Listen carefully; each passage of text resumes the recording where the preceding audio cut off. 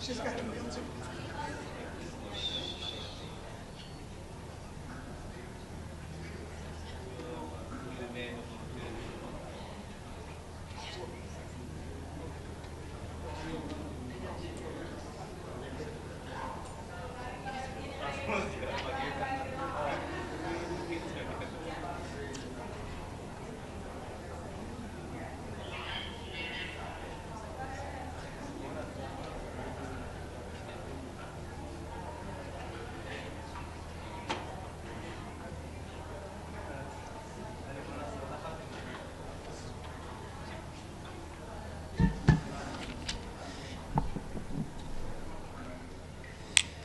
Good morning, everyone, and thank you for joining us for a very special press conference, a day after International Women's Day, and on the opening day of the Commission on the Status of Women here at the UN.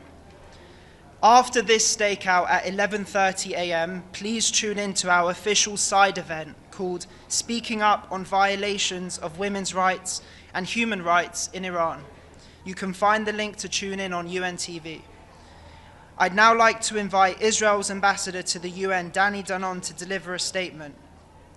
He will be joined by 4 incredible women who will be speaking at our event at 11:30 a.m.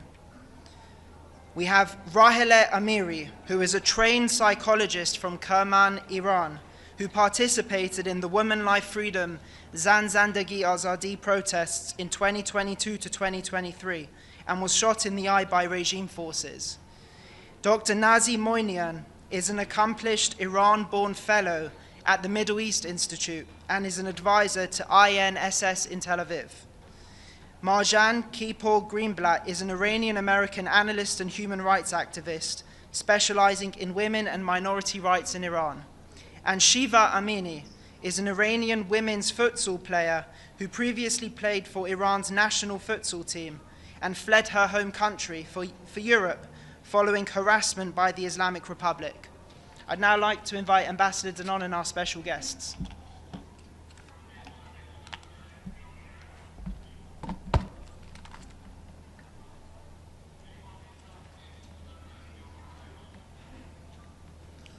Good morning. Today, the UN opens the Commission on the Status of Women. This year, International Women's Day theme is Rights, Justice, Action for all women and girls. That theme could not be more relevant. That is why today we are hosting a CSW side event to amplify the voices of Iranian women, women whose rights have been denied and whose calls for justice have been silenced. But today there is action. Here at the UN, Israel is amplifying their voices. And on the ground in Iran, alongside the US and others, we are confronting the very regime that oppresses them. With me today stand some of the brave lionesses of Iran, survivors, activists, women who have courageously spoken out against the regime, often at a great personal cost. Shiva Amini, Dr. Nazi Mounian, Marjan Kaifour, and Rahele Amiri, who lost an eye after being shot by regime forces during the Women Life Freedom protests.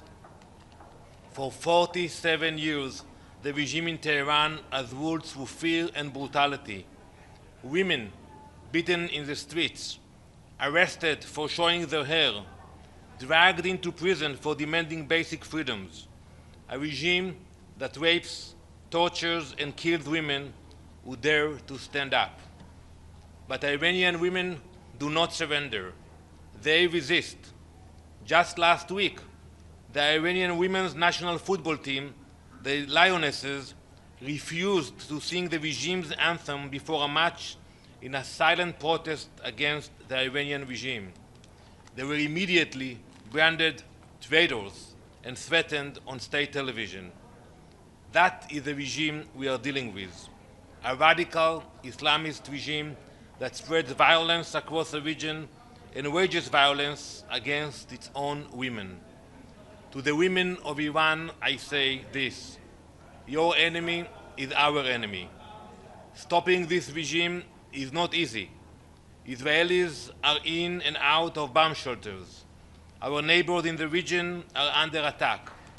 But allowing this regime to threaten the region and continue its oppression is not an option.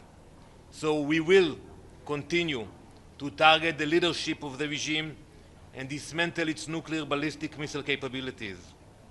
As the machinery weakens, you, Mardumei Iran, the people of Iran, will have the opportunity to shape your future with rights and justice for women.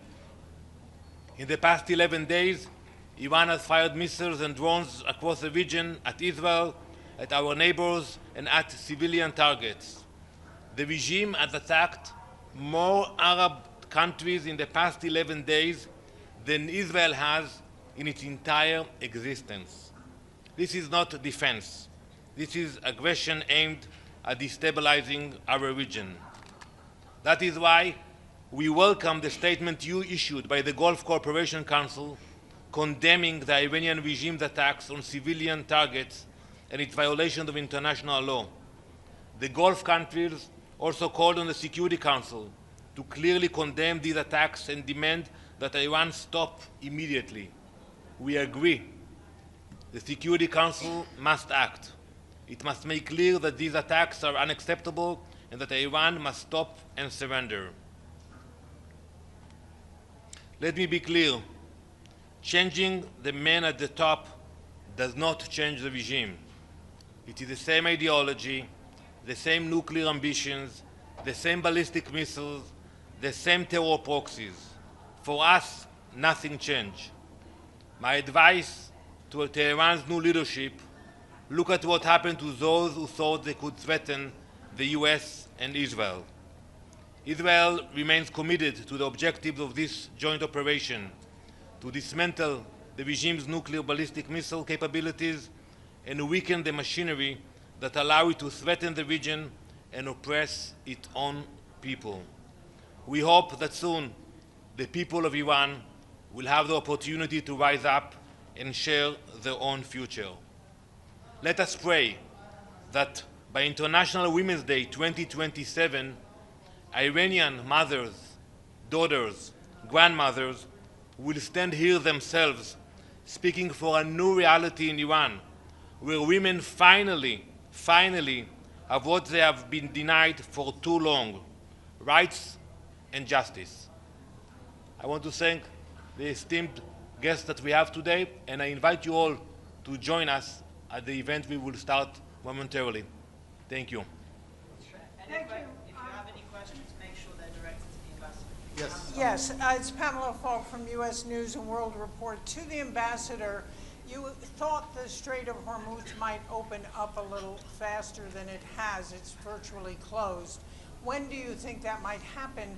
And I know you said not to ask the women, but we'd like to hear from the women what they think of the new appointment of a new supreme leader. Is it more of the same, and what can happen next? Thank you. So regarding the Strait of Hormuz, as I said a few days ago, we control the airspace in Iran. We are hunting the launchers. We are degrading the capabilities of the regime.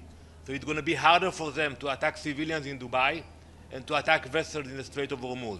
It doesn't mean it will be 100% guaranteed, but it will be harder for them to do that. So I'm optimistic about that. Every day we see the numbers of the attacks going down.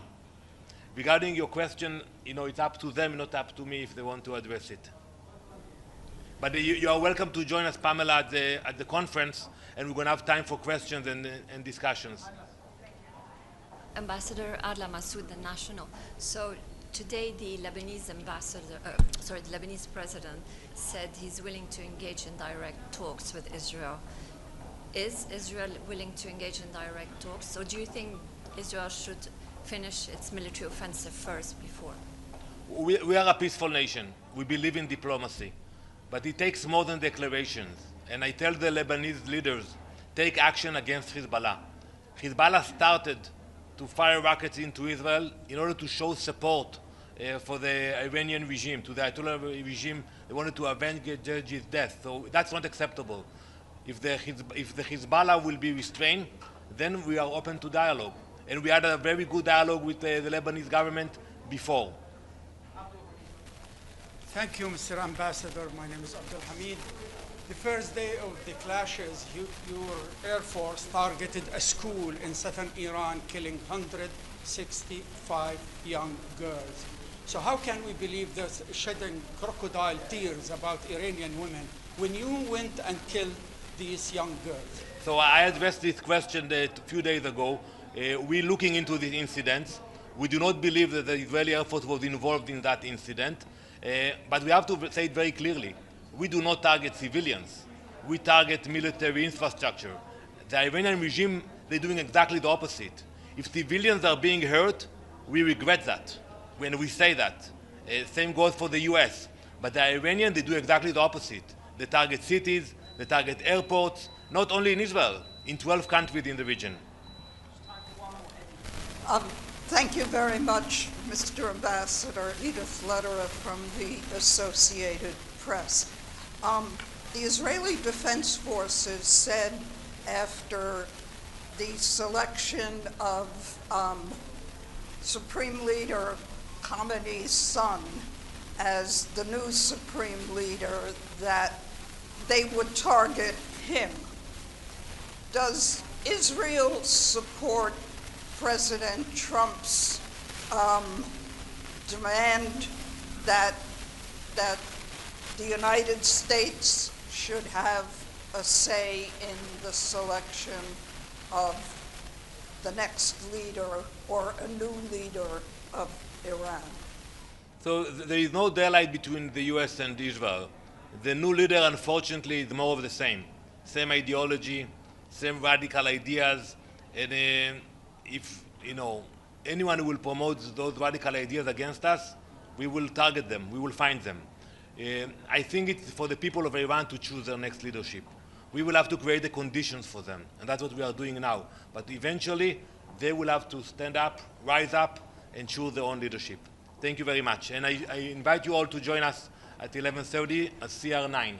Thank you very much. Thank you. Thank you very much. Thank you.